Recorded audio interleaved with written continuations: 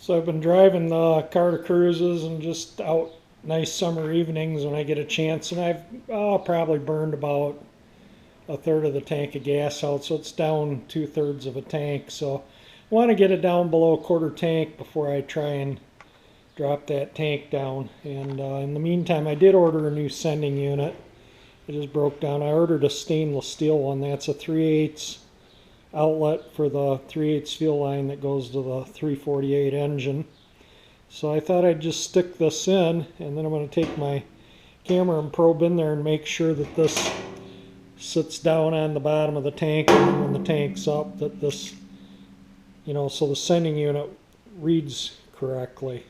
And I might even hook a wire up to there into the gauge sending unit wire lead on the car. I can just unplug the connector in the trunk and make sure it works the fill gauge correctly, because I can, when it's empty, I can change it, adjust it. So this is the camera I'm going to use to look inside the fuel tank. It's got that little doohickey with a light on it, so we can take a peep inside there. The pickup and the sack does rest on the bottom of the tank like it should. Looks good.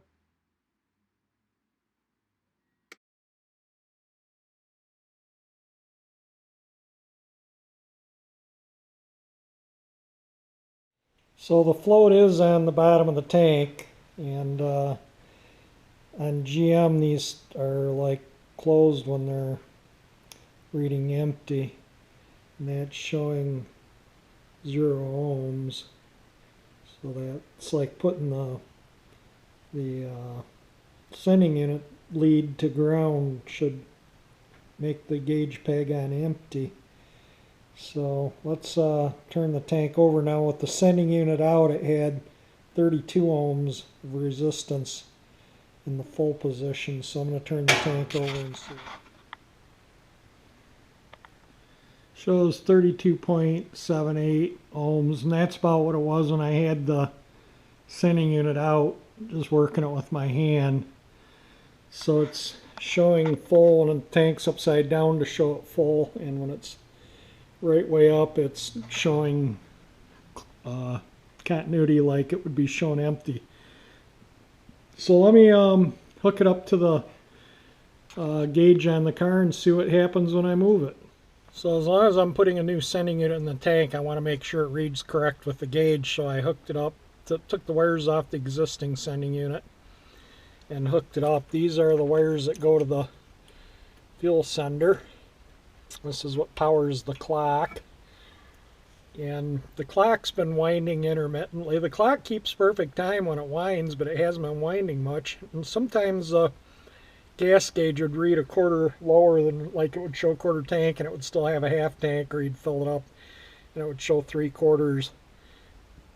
But most of the time the gauge did work properly, but I thought I'd address the issue. And what I found after cleaning connections from the tank all the way to the front of the car, I took every connector apart and connection and cleaned them and put them back together.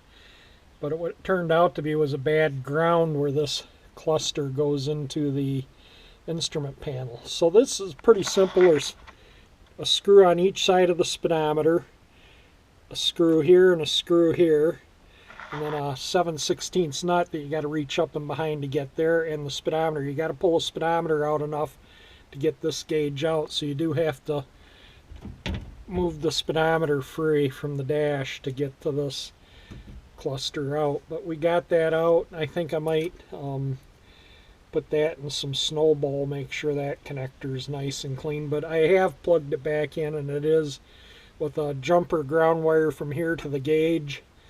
The gauge works perfectly, so I'm pretty much well convinced it was just a bad ground where that cluster goes in here, and I'll show you kind of what I'm talking about. This is what the fuel gauge goes in the clock, and then this bracket, which was all surface rusted, screws in here and holds the fuel gauge and the clock in place. And then there's a screw here that holds this corner of the clock. So I sanded that. As you can see, it's nice and shiny now, I think. And I gave this a quick bead blast. I'm going to put some dielectric grease on all this stuff here. I'm going to clean up where the nut hits the dashboard, and I'll clean up the back side of the nut. So this thing for sure will get a good ground, and we don't end up with a... I might even put a ground lead on this and ground it somewhere else under the dash, but the clock was out of another 59 Chevy. I have the original clock somewhere down in the basement packed away. The little contacts for the winder wore out in it. But this one, there was nothing wrong with it. It worked perfect for years and years, and then it just started working intermittently, and I think it's because of that bad ground. But I'm going to pop it apart and clean the contacts in it anyway. It says September 58 on it. So maybe we can get the clock back to where it runs all the time. And I took these nuts off. I bead blasted the nuts, cleaned these terminals, wire wheeled with my little Dremel thing. I wire wheeled the threads on these little studs. And so all the connections here are good. We'll have a good ground, and no reason why this gauge won't read correctly. And the clock should work too. Okay, I just wound the clock manually slightly, and you can see it's working. And I mean, I just barely moved it. What it does is, to get these out, these little tabs are bent over this lip edge. So I just straighten them out with a little screwdriver, and this assembly drops right out. There's an electromagnet, and I don't think I can hold the camera and work this, but when it energizes, it moves this little... These electromagnets suck this plate over, and that winds the... See that plate right there? Let's see if I can... The electromagnet moves that right there. Let me see if I can get something a little better here. Sure. Alright, so I'm going to use a test light probe. That is the contact right there. And that makes contact. It moves this arm and winds the clock. And then the clock, which is now running. And then when that comes back up, it energizes those electromagnets to take it there, and the contact breaks to release the magnetism. And then as the clock runs, which it's running right now, that will come back up here, and then the contact will make contact again and energize those electromagnets. You can see the clock running. And that's what winds the clock. And I think either the contacts need cleaning. Can't really... It's hard to see them in here. But a lot of times you clean those contacts, and these old clocks work perfect. I got some cleaner for clocks that I use, because I do repair my own clocks. I don't do them for other people. But a lot of times they're just dirty and they need cleaning. But you can see this one's working perfect now that I wound it. And it keeps perfect time if it winds. And I don't know if that background was why it wasn't winding, or if the contacts are cruddy. But I'm going to see if I can get in there and clean the contacts. They're hard to get at, and I don't really want to take that.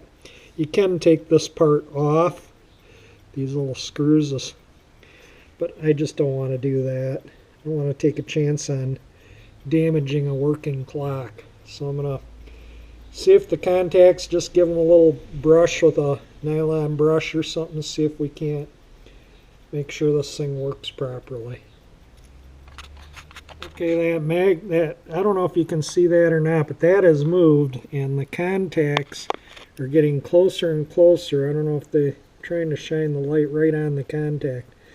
And they're just about getting close to where they touch. When they touch, that's when the clock winds. And the contacts are in good shape, but I'm going to give them a little cleaning.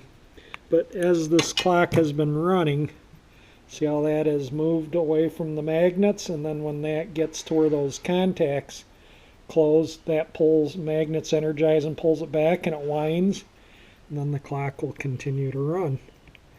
So I'm just going to make totally sure those contacts are clean. Alright, now you can see those magnets are total, or those metal plates are totally away from the magnets. Clock is stopped, and the contacts are touching, but there's no voltage to it, so it won't wind. The contacts, I'm going to try and point to them, are right there. So hopefully that shows up in the video. I'm going to give them a little clean. Try and figure something out to get in there without damaging anything, and just give them a little brush off. Alright, I tried to clean the contacts off, and I put a ground on it, and we'll hook it to the battery and see if that winds. Which it did. If you saw it move, and it started running. So I think I'm just going to clean up. I'll show you a few things that I think are issues. I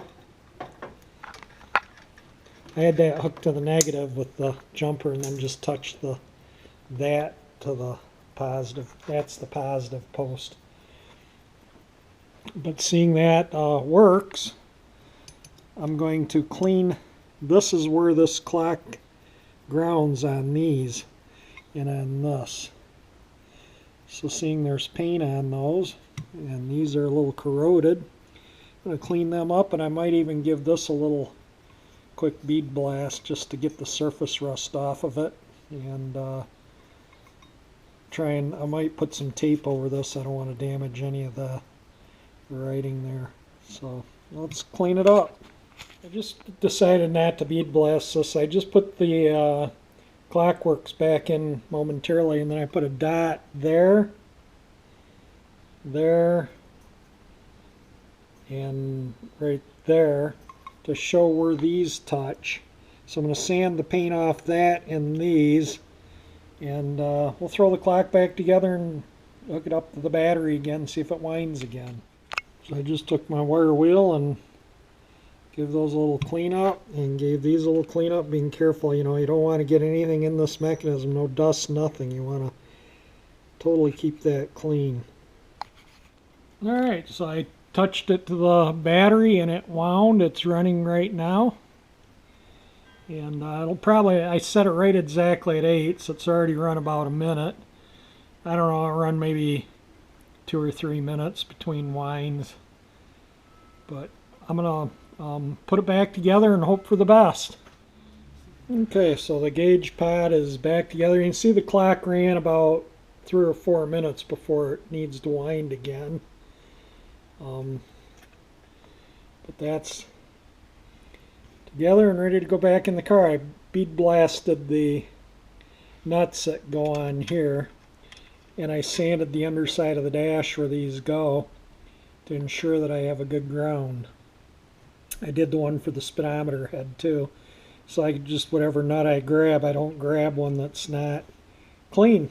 So let me throw it back together, and we'll see how it works. And videoing takes twice, 3 times as long. I just spent 10 minutes looking for where I set my video camera down, so I can show you this. So that is nice and clean where that nut will go on. Now you can see a minor little bit of surface rust up there, but where that nut goes, it's clean as a whistle. So I'm ready to throw this thing back together. The clock is working right now, and the fuel gauge, I got the sending unit just here with some wires running back to underneath the car, so that's moving it to the full position. I didn't have the wire connector all the way onto the gauge, so it's reading right on full now when the sender's all the way out.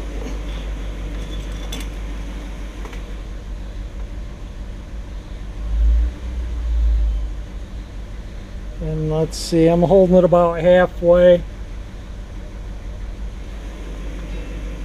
Yeah, I'm about halfway between those pivots, and it's right on the half mark. So I'm going to put the sender in the tank, set the tank there upside down, so the gauge is, make sure the gauge shows full, and make sure that float doesn't hit the top of the tank. See how See how it hits that ear? It hits that ear. When it hits that ear, the gauge shows empty. When it hits that ear, the gauge shows full. If I pull it down that much, the gauge comes down.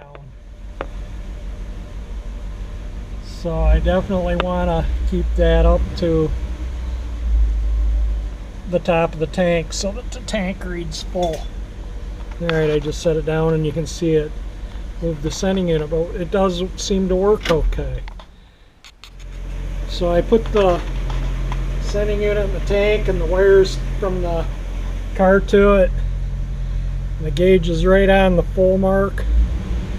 Give it a little gas, it actually just goes a touch above the full mark. Just give you the heads up when you open the circuit on these old cars, the fuel peg's on full. When you close the circuit, it pegs on empty. So sometimes when you see these old cars and the fuel gauge is always pegged on full, that means that wire is broken or a bad connection or somewhere along the way the circuit's open.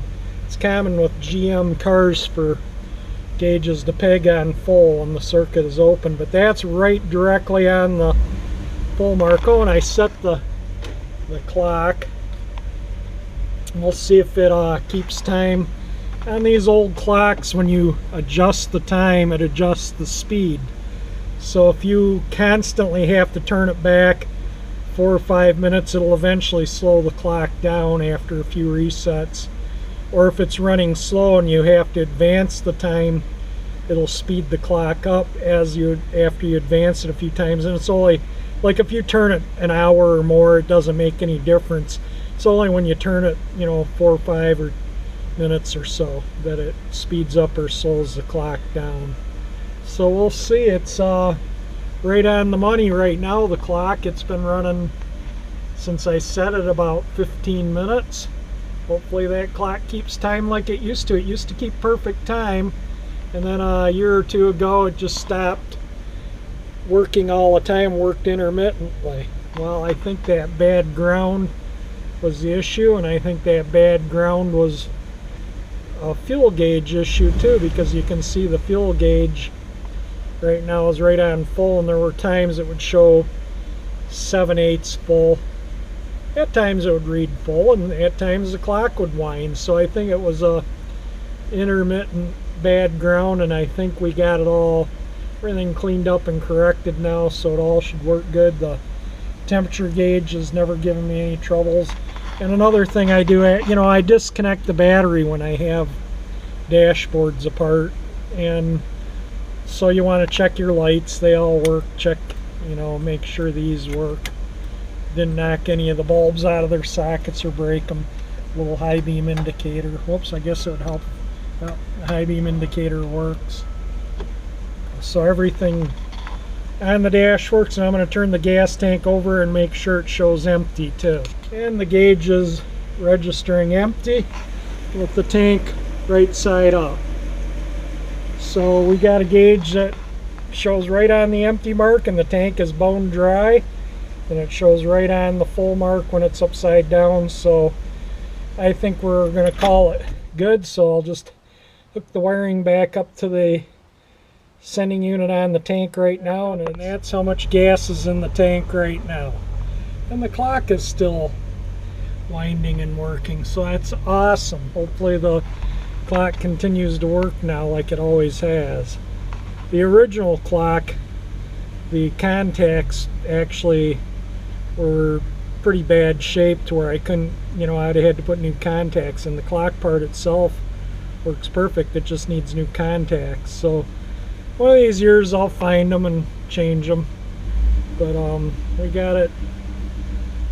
Just got to burn a little bit more gas out to lighten up that fuel tank, and I just don't want a horse with siphoning gas, and it's just easy enough to drive the car, easier to drive the car than siphon it. So as soon as the fuel tank's down a little bit lower, I'll swap it out. I have not got all the screws in there yet because I want to put some sealer on the threads, but I ordered a stainless steel sending unit, and Make sure you're not getting ripped off. Stainless steel is non-magnetic. So if it sticks, this is magnetic. It's stuck to that. That's a standard steel. This, it just falls off because that's non-magnetic stainless steel.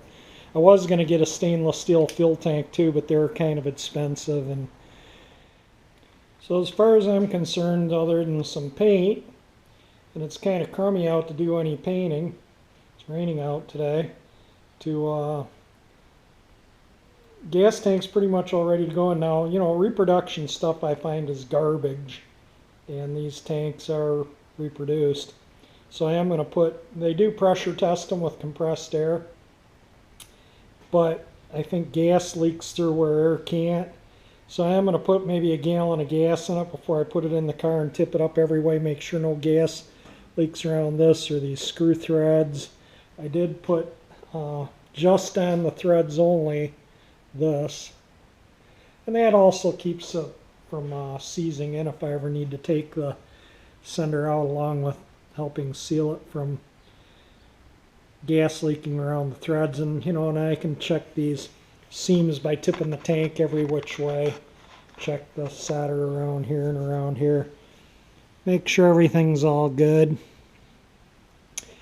You know, again, it's reproduction, and I find reproduction is garbage a lot of times. So we'll just hope for the best and hope there's no leaks with it. If it does, I'll solder up the tank that's in the car now and put it back in. Send this one back, but I think it'll be fine. We'll find out closer to when I get ready to put the tank in. We'll do that so it doesn't sit here and stink of gas. And one last note, if you've stuck with me this far on doing this gas tank, one of my videos that's on estate sales, it's about the old vintage C9 lights. There are some old newspapers that are packed in from 1970 and 1972.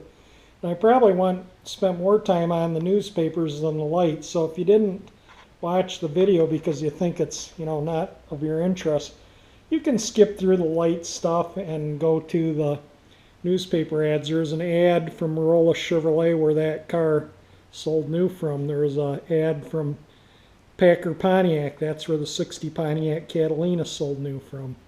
So you might find the video worth going back and looking at, and just, you know, click through it until you get to the parts with the newspapers. It was pretty interesting. It's been keeping time for over an hour now. Every once in a while you can hear it wind. Just wound. Ready for a coat of paint. I'm going to paint it flat or satin black. It's not going to be glossy. It's going to be a dull black. Hit the like button if you enjoyed my video. If you enjoy my channel, please subscribe, and thank you for watching.